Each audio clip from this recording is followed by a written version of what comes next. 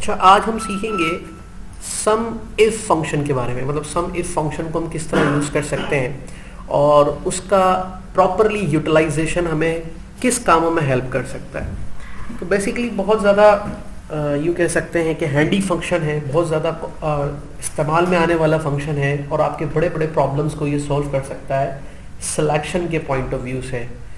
अब आपके सामने एक शीट है, इसे हम ये कह सकते हैं मतलब किसी भी शॉप की या किसी कारोबार की इसे हम रख देते हैं सेल्स रिपोर्ट कि ये एक रिपोर्ट है जो कि उस पर मुख्तलिफ आइटम के बारे में बताया जा रहा है कि कुछ आइटम सेल हुए हैं और सेल्स रिपोर्ट में उसकी सब आइटम्स की जो है डिस्क्रिप्शन मौजूद है। कि यहाँ पर थोड़ा सा आइडिया ले लेते हैं कि एक सीरियल नंबर का कॉलम है, आइटम नेम का कॉलम है, मंथ का कॉलम है, डी कॉलम जो है प्राइस का है और ई कॉलम जो है इसका सेल्समैन का है। आसान अल्फाज में यूँ समझ लें कि ये आइटम है मैंगो, ये जनवरी में बिका है, सेल हुआ है, 463 प्राइस थी इसकी और सेलमैन का नाम है सुमित जिसने इसको सेल किया है। और इस तरह की काफ़ी सारी एंट्रीज मैंने एंटर की हुई है, एप्पल है, चेरी है और ये डिफरेंट मंथ्स में डिफरेंट प्राइस में सेल होता रहा है और मुख्तलिफ सेलमैन ने इसको बेचा है। लेकिन इसमें एक बात ये भी है कि एक आइटम एक से ज़्यादा बार भी बिका है। अगर मैंगो यहाँ सेल हुआ है तो वंस अगेन यहाँ भी सेल हुआ है, बट इस महीने में जनवरी में बिका था, यहाँ जुलाई में बिका है, यहाँ इसको 463 में सेल किया गया था, यहाँ पे 101 में सेल हुआ है और यहाँ इसको उज़ैर ने सेल किया जबकि यहाँ इसको सुमित ने। इसी तरह तमाम आइटम्स के ऊपर इसी तरह की सिचुएशन है और ये देखें काफ़ी सारा डेटा हमारे पास मौजूद है, तकरीबन 50 एंट्रीज का डेटा हमारे पास मौजूद है। और अगर रियल बिजनेस की बात करें तो वहाँ पर ये डेटा इससे भी ज़्यादा हो सकता है। लेकिन अगर आप ये डेटा सेल्समैन, मतलब सपोज अगर आपने किसी को सेल्समैन रखे हुए डिफरेंट और आपको ये डेटा दें तो ये डेटा आपके लिए कोई मीनिंग नहीं रखता। और इसी तरह अगर आप किसी के पास काम कर रहे हैं एज अ कंप्यूटर ऑपरेटर या एज अ सेल्समैन और आप उसको ये रिपोर्ट दें तो मालिक के लिए, ओनर के लिए, फाइनल अथॉरिटी के लिए ये डेटा कोई मीनिंग नहीं रखता क्योंकि वो आपसे क्या सवालात कर सकता है। तो आइए हम उन क्वेश्चन की तरफ चलते हैं। मैंने एक और इसके बराबर में शीट बनाई कंपाइल डेटा के नाम से। वो आपसे सवालात जो करेगा वो इस तरह के होंगे। वो आपसे पूछेगा ये बताएं कि ये मैंगो टोटल कितने का सेल हुआ। मिसाल के तौर पर मैंगो जो है यहाँ पे सेल हुआ है 463 का और यहाँ पे दोबारा सेल हुआ है 101 का, तो इनको काउंट करके बताओ कि टोटल मैंगो कितना सेल हुआ, ताकि वो आइडिया कर सके कि मेरा कौन सा आइटम ज्यादा सेल हो रहा है और कौन सा आइटम कम सेल हो रहा है। तो जो ज्यादा सेल हो रहा है उसको वो बढ़ा ले और जो कम हो रहा है उसको खत्म कर दे। इसी तरह दूसरा क्वेश्चन वो मंथ के हवाले से ये कर सकता है कौन से मंथ में क्या सेल प्रोग्रेस है, क्योंकि अगर उसको पता चले कि जनवरी में सेल ज्यादा होती है तो उसमें वो माल की मिकदार को बढ़ा ले और अगर उसको लगता है कि दिसंबर में कम होती है तो उसमें वो अपने परचेसिंग को थोड़ा डाउन कर ले। बट साथ साथ उसको इंसेंटिव भी तो देने हो सकते हैं। वो ये भी देखना चाहेगा कि किस सेल्समैन की क्या प्रोग्रेस है, तो वो आपसे ये भी तो पूछ सकता है ये बताओ सुमित सेलमैन कैसा काम कर रहा है, उज़ैर कैसा काम कर रहा है या मोहसिन कैसा काम कर रहा है। तो इस सूरत में उसको चाहिए होगी सेल्समैन की प्रोग्रेस। ऐसा भी तो हो सकता है कोई सेलमैन ऐसा हो जो उसकी सेल प्रोग्रेस ही ना आ रही हो, तो इसका मतलब वो यूजलेस है, उसको फारिग कर दिया जाए, या फिर वो काम नहीं कर रहा। तो ये तीन सवालात आपसे जब वो करेगा तो आपके लिए इंतहाई मुश्किल अमल हो जाएगा। आप कैसे निकालेंगे इसमें से? एक एक करके निकालेंगे तो घंटों लग जाएंगे। लेकिन माइक्रोसॉफ्ट एक्सेल जो है आपके लिए इस काम को बहुत आसान कर देगा। सबसे पहले हम इस काम को करने का तरीकेकार क्या रखेंगे? सबसे पहले आप ध्यान में रखें, चूंकि ये एक दो शीट्स में डेटा हो, पहले एक शीट पे उससे कोई फर्क नहीं पड़ता। सबसे पहले हम यहाँ पर जो है इसका एक नाम दे देते हैं। सेलेक्ट किया हमने इसको और इस पूरे टेबल का हमने एक नाम दे दिया। आप इससे बड़ा नहीं कर सकते हैं, जिसे आपकी मर्जी, आप डायरेक्टली इसे करके सिलेक्ट कर लें, ये सारे कॉलम नीचे तक सिलेक्ट हो जाएंगे। मैं यहाँ तक सिलेक्ट कर रहा हूँ तो इसकी नेक्स्ट एंट्री को वो ऐड नहीं करेगा, ये ध्यान में रखिएगा। तो मैं आपके सामने बता रहा हूँ कि आपकी मर्जी है, अगर आपका काम आगे है तो आप कॉलम्स को सिलेक्ट कर लें, ये बेहतर रहेगा। बट अगर ऐसा नहीं है तो फिर आपका काम जहां तक सिमटा हुआ है उसको सिलेक्ट कर लें और फिर फ्यूचर में उसको अपडेट करके आगे और बढ़ा लीजिएगा। तो सिलेक्ट किया और हमने फॉर्मूला में गए और यहाँ से डिफाइन नेम में इसका नाम रख दिया हमने। फॉर एग्जाम्पल क्या नाम रखें? जो भी नाम रख लें इसका, डेटा शीट नाम रख लें, ठीक है, सेल्स प्रोग्रेस नाम रख लें, ऐसे भी कर सकते हैं। और भी तरीका है जिसको भी हम इसमें देखते हैं।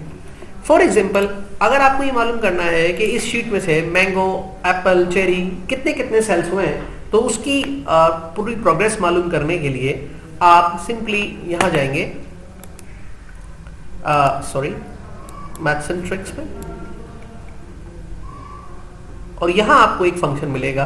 देखिए यहाँ मैथ्स एंड ट्रिक्स में आना है, यहां एक फंक्शन मिलेगा जिसका नाम क्या है? सम इफ। क्लिक करेंगे, ये आपसे क्या सवाल कर रहा है? रेंज पूछ रहा है, क्राइटेरिया पूछ रहा है और सम रेंज पूछ रहा है। सही है? तो मेरा मशवरा है कि हम उसको टेबल में करने के बजाय हर किसी कॉलम को एक अलग अलग नाम दे देते हैं। मतलब रेंज भी बता देते हैं, क्राइटेरिया भी बता देते हैं और सम रेंज भी बता देते हैं। लेकिन उससे पहले हम इसको मैन्युअली ये काम करके देखते हैं। फॉर एग्जाम्पल, अब यहाँ रेंज पूछ रहा है और फिर क्राइटेरिया पूछ रहा है, तो इस टाइम हम रेंज क्या बताएं और क्राइटेरिया क्या बताएं। अब देखिए सवाल क्या है, क्वेश्चन ये है कि आपने आइटम नेम मैंगो एप्पल की मालूम करना है कि मैंगो टोटल कितने का सेल हुआ, एप्पल कितने का सेल हुआ, चेरी कितने का, कंप्यूटर कितने का।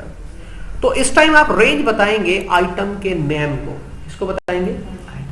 अब वो कहां बताएंगे? आप जो डेटा है उसमें वहां जाइए और पहले आइटम से सिलेक्ट कीजिए और लास्ट आइटम तक इसको ड्रैग करके लेकर आइए। ठीक है, आप ऐसे क्लिक करके पूरा कॉलम भी सिलेक्ट कर सकते हैं। बट अगर आपको ऐसा लग रहा है कि ये सही नहीं है तो आप पहले से लेकर और लास्ट एंट्री तक इसको सिलेक्ट कर लें। ये आपकी रेंज हो गई आइटम नेम की। क्लिक करें क्राइटेरिया पर। अब ये पूछ रहा है कि इस रेंज में से मैं सेलेक्ट किसको करूं। तो आपने क्राइटेरिया मेंटेन करके रखा है। Yes sir. तो आप क्लिक करेंगे, ये मेरा क्राइटेरिया है A3 जिसमें लिखा है मैंगो। मतलब A3 मैंगो को सर्च करो सेल्स के अंदर जो क्राइटेरिया उसमें, और जितनी बार आपको वो मिले, जितनी बार वो फाउंड हो, मिले, सर्च हो, तो फिर सम रेंज बताओ। फिर आप दोबारा सम रेंज पे क्लिक करेंगे और दोबारा जाएंगे सेल्स में, और अब आप रेंज बताएंगे कौन से कॉलम को? प्राइस वाले को, पहली रो, यानी कि आइटम का पहली रो से लेके और लास्ट तक इसका क्राइटेरिया बताएंगे आप। क्राइटेरिया बताने के बाद अब आपकी क्वेश्चन के जवाब दे दिए हैं कि भाई मेरी जो सेल है आइटम का पहले से लेके और लास्ट एंट्री तक ये रेंज है। इसमें सर्च करना है A3 को जिसमें मैंगो लिखा है, और उसका सम करना है क्योंकि वैल्यूज उसके सामने मैच होती जाए, उसके सामने वैल्यूज को प्लस करते जाना है और आंसर आ गया आपका। देन क्लिक करने पे ओके करेंगे तो ये आपका काम इजीली हो जाएगा। लेकिन ये तरीका अगर चले मैंगो का मालूम करना है तो ठीक है, लेकिन एप्पल और चेरी का मालूम करना है तो उसमें आपके लिए ये तरीकाकार थोड़ा सा प्रॉब्लम क्रिएट करेगा। वो प्रॉब्लम क्या क्रिएट करेगा? जब मैं इसको ड्रैग करूंगा नीचे, तो ड्रैग करने पे क्या होता है, जब हम टॉप से बॉटम पे ड्रैग करते हैं तो यहां से रो नंबर चेंज होता है।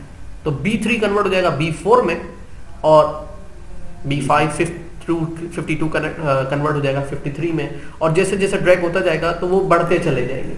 तो बढ़ने से एक प्रॉब्लम ये पैदा होगा कि फिर ये ऊपर वाला मैच नहीं होगा, फिर ये मैच नहीं होगा, फिर ये मैच नहीं होगा, फिर ये मैच नहीं होगा, इस तरह आपका रिजल्ट सही नहीं आएगा। तो इसका आपको सही तरीका क्या है करने का? आप क्या करें, पहले ही आप ये कर दें कि ये सिलेक्ट कर लें, ठीक है, और डिफाइन नेम में जाके इसका नाम रख दें आप item name, item underscore name, space देके मत लिखिएगा। और इसको क्या कर दें, इस तरह मंथ वाले को सिलेक्ट कर लें और इसका नाम रख लें आप डिफाइन नेम में जाके मंथ। इस तरह प्राइस वाले को सिलेक्ट कर लें जहां तक भी है, और इसका क्या नाम रखते हैं डिफाइन नेम में जाके प्राइस। और इस तरह सेल्समैन को सिलेक्ट कर लें और यहां से आप डिफाइन नेम में जाके क्या कर लेंगे, सेल्समैन। अब आपको बार बार शीट से इधर उधर आने की जरूरत ही नहीं है। इसका नाम क्या रखा है, आइटम नेम, इसका नाम क्या रखा है, मंथ, प्राइस, सेल्समैन। अब आइए दोबारा से इस फॉर्मूले को इधर अप्लाई करते हैं। डिलीट किया मैंने इसको और दोबारा क्लिक किया, मैच सेंट्रिक्स ग्रीन कलर का आइकन है, और यहां से जा रहा हूं, कह रहा हूं सम इफ, क्या कह रहा हूं, सम इफ, क्लिक, देन क्लिक कर रहा हूं रेंज। रेंज हमेशा मेन शीट में मेरी यही आइटम्स होंगे, और उसका क्या नाम रखा था मैंने, आइटम अंडरस्कोर नेम। आ गए सारे आइटम। क्राइटेरिया क्या होगा, दिस सेल, और सम रेंज क्या होगी, प्राइस, प्राइस जिसका नाम हमने कॉल का प्राइस रखा था। देखें आपके सामने पूरी एंट्री आ रही, और ओके कर दें। नेम रखने से फायदा ये होता है कि ड्रैग करने पे भी चेंज नहीं होंगे, चाहे तो आप नोट कर लें, अच्छा ये तो चेंज होगा और ये होना भी चाहिए क्योंकि A3 के बाद A4 पे एप्पल है ना। Click okay, then just double click करें, सारे आइटम की पूरी आपके पास प्रोग्रेस आ चुकी है। जितनी बार दिखाएं एग्जैक्टली। इसी तरह सेल्स का मालूम करना है, दोबारा जाएंगे, सम इफ पर क्लिक करेंगे, देन अब हमारा रेंज क्या होगा, मंथ, वेरी गुड, और क्राइटेरिया क्या होगा, जैन वाला सेल, और सम रेंज क्या होगी, प्राइस वाला पूरा कॉलम। क्योंकि अब मुझे बार बार उधर जाने की जरूरत ही नहीं है, मैंने तो नाम रख दिया ना उनके।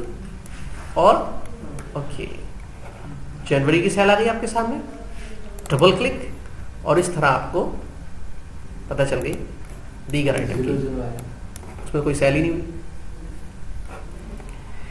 अब आ जाए सुमित, क्लिक किया हमने यहां पर समिफ। अच्छा, एक दफा जो फंक्शन आप यूज कर लेते हैं, बार बार आप उधर जाने के बजाय रिसेंट फंक्शंस पे भी चले जाएंगे तो आपको टॉप पे मिलेगा। तो रेंज अब हमारी हो जाएगी सेल्समैन वाला कॉलम, उस शीट का जिसका नाम हमने रखा था सेल्समैन। क्राइटेरिया हो जाएगा इस शीट का सुमित जहां लिखा हुआ है G3, और प्राइस उसकी okay, double click, extra entries आ गई। ठीक है, तो ये देखें इजीली हमने डेटा में से अपना रिजल्ट कंपाइल कर लिया और हमने टाइम भी नहीं लगा। चलिए आप थोड़ा सा वेरीफाई कर लेते हैं कि ये रिजल्ट सही भी है या नहीं। अब हम जा रहे हैं जिस महीनों में, जून में और जुलाई में सेल 0 आ रही है, तो उसमें हम जरा देखते हैं कि ये ऐसा क्या प्रॉब्लम हुआ है कि इसकी सेल क्यों 0 आ रही है और क्यों ऐसा हो रहा है। हम यहाँ गए सेल्स में, और यहाँ आके एक तो मिस्टेक हमने यही पकड़ ली। देखिए मार्च के लिए हमने लिखा है MAR, तो कंपेयर तो हो गई नहीं, तो वहां क्या लिखा है हमने, मार्च। अब या तो यहां MAR कर लो या वहां पूरा मार्च लिख दो। तो चले हम यहां पे कर देते हैं MARCH को रिमूव कर देते हैं, एंटर, और अब आप वहां जाके देख सकते हैं कि एंट्रीज वहां पर आ गई। बट ये एक एंट्री आई होगी क्योंकि वहां पर जहां जहां मार्च है वहां पर आपको क्या करना पड़ेगा, MAR मार्च, देन वापस जाके देखिए एंट्री प्लस होती जा रही है। तो इससे ये कंफर्म हो रहा है कि हमारा रिजल्ट एक्यूरेट आ रहा है, MAR। ठीक है, और ये देखिए दोबारा MAR। नेक्स्ट, जून में प्रॉब्लम आ रहा है। अब जून में प्रॉब्लम इसलिए आ रहा है क्योंकि हमने यहाँ पे क्या लिखा है, अगर जून की स्पेलिंग को हम यहां भी पढ़ेंगे, अच्छा जून की एंट्री है ही नहीं, तो हम फाइंड करा लेते हैं। मैंने सेलेक्ट किया पूरा कॉलम और होम में आया, मैंने कहा फाइंड करो, इसने पूछा क्या, मैंने कहा JUNE जून, कोई एंट्री नहीं है। JUN की कोई एंट्री नहीं, तो जून की एंट्री नहीं है, दिस मीन्स कि जून में कोई सेल ही नहीं हुई, इसलिए मैच ही नहीं हुआ, तो 0 आ रहा। मई सेलेक्ट करें, दोबारा गए फाइंड में और हमने कहा सर्च करें मई को, तो मई की भी कोई एंट्री नहीं है। अच्छा, अगर मैं आपके लिए कोई एंट्री कर देता हूं यहाँ पे जून की, तो आप देखें वहां पे प्रोग्रेस आ जाएगी। सपोज ये एक एंट्री है फैब की, मैं इसको कन्वर्ट कर रहा हूं JUN और E, जून में स्पेलिंग कंपेयर करें, जून की स्पेलिंग है JUN, तो आपको वहां क्या लिखना पड़ेगा, JUN, और यहां से किया मैंने इसको, सॉरी JUN, एंटर। तो ये देखिए 556 की एंट्री वहां पर ऐड हो गई होगी और फैब में से वो माइनस हो गई है। इसी तरह जुलाई में JUL लिखा है आपने, जबकि वहां पर क्या एंट्री है, Y। अब या तो यहां पर या फिर वहां पर, तो मेरा ख्याल है कि भाई यहां पे जुलाई काफी बार आ रहा होगा, तो यहां सही करने का जब यहां सही कर लें। तो आपने स्पेलिंग का भी ख्याल रखना है। अक्टूबर एंट्री नहीं है इसके अंदर कोई अक्टूबर की। तो इस तरह से आप इजीली कंपाइल कर सकते हैं data from given data. Clear?